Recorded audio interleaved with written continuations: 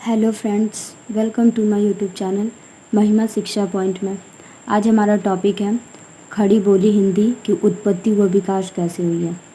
तो चलिए हम जानते हैं खड़ी बोली की उत्पत्ति व विकास के बारे में। खड़ी बोली की उत्पत्ति व विकास हम भारतीयों की मातृभाषा हिंदी है, जो खड़ी बोली का ही परिष्कृत, संशोधित व विकसित रूप है, जिसकी उत्पत्ति सोर श्रेणी अपभ्रंश पश्चिमी हिंदी से हुई है।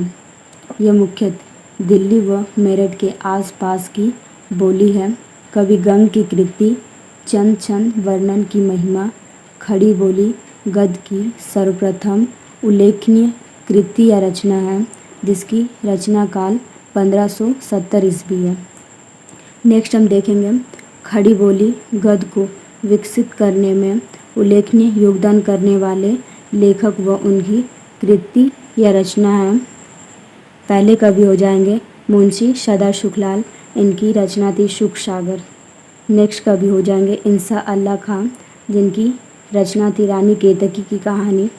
नेक्स्ट कवि हो जाएंगे लल्लू लाल, इनकी रचना थी प्रेम सागर।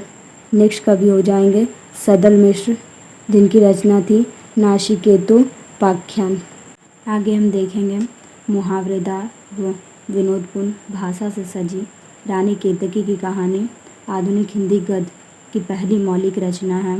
राजा लक्ष्मण सिंह ने संस्कृत बहुल और शिव प्रसाद सितारे हिंदी ने बहुल उर्दू शब्द का प्रयोग कर हिंदी गद्य को विकसित किया।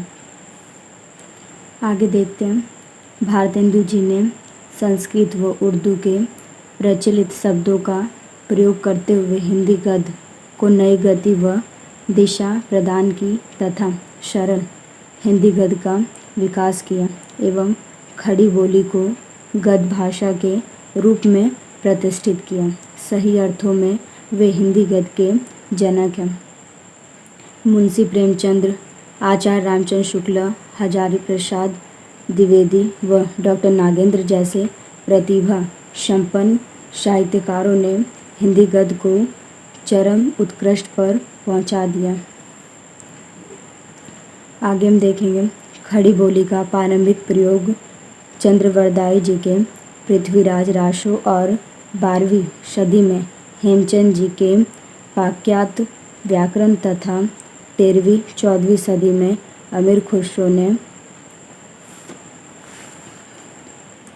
तुर्की पढ़ी हिंदी गाई कहकर हिंदी का प्रयोग किया। अतः आदिकाल में पुरानी हिंदी हिंदवी या हिंदी नाम से खड़ी बोली का अस्तित्व था। अमीर खुसरो की रचनाओं में खड़ी बोली की पूट मिलती है। शुद्ध खड़ी बोली में रचित इनकी पहेलियाँ, मुकारियाँ, दो शकुंठा कोसले काफ़ी लोकप्रिय हुए। खुसरो को खड़ी बोली का प्रथम कवि माना जा सकता है। आगे हम देखेंगे आचार्य महावीर प्रसाद द्विवेदी जी ने सरस्वती पत्रिका 1903 ईस्वी में माध्यम से हिंदी खड़ी बोली में पद या काव्य रचना में मैथिली शरण गुप्त, अयोध्या सिंह उपाध्याय जैसे कवियों को खड़ी बोली में काव्य रचना के लिए प्रेरित किया। अतः खड़ी बोली पद को प्रोत्साहित करने का श्रेय द्विवेदी जी को है। आगे हम देखेंगे कि मैथिली शरण गुप्त की जयद्रथ वध ने ब्रज भाषा तथा भारत भारती की लोकप्रियता ने खड़ी बोली को काव्य भाषा के रूप में प्रतिष्ठित कर ही दिया। प्रिय प्रवास अयोध्या सिंह उपाध्याय की आधुनिक खड़ी बोली का प्रथम तथा साकेत मैथिली शरण गुप्त के द्वितीय महाकाव्य है। आगे हम पढ़ेंगे छायावाद के 4 स्तंभ कवियों, जिनमें थे जयशंकर प्रसाद, सुमित्रा नंदन पंत, सूर्यकांत त्रिपाठी निराला व महादेवी वर्मा ने खड़ी बोली को काव्य भाषा में स्थान दिया। प्रसाद जी की कामायनी महाकाव्य खड़ी बोली में रचित है। निराला व महादेवी जी की भाषा भी खड़ी बोली हिंदी है। आगे देखते हैं प्रगतिवाद, प्रयोगवाद, नई कविता आदि में काव्य भाषा के रूप में खड़ी बोली को सबसे महत्वपूर्ण स्थान मिला। अगय, मुक्तिबोध, नागार्जुन, दुष्यंत कुमार, केदारनाथ अग्रवाल आदि कवियों ने मधुर व सरल खड़ी बोली में काव्यों का सृजन किया था। अब हम देखेंगे खड़ी बोली का निष्कर्ष क्या हो जाएगा। तो खड़ी बोली आदिकाल में आधुनिक काल तक गद्य व पद भाषा के रूप में हिंदी साहित्य का एकमात्र माध्यम है। वर्तमान में खड़ी बोली ही हिंदी भाषा के रूप में प्रचलित व विकसित है।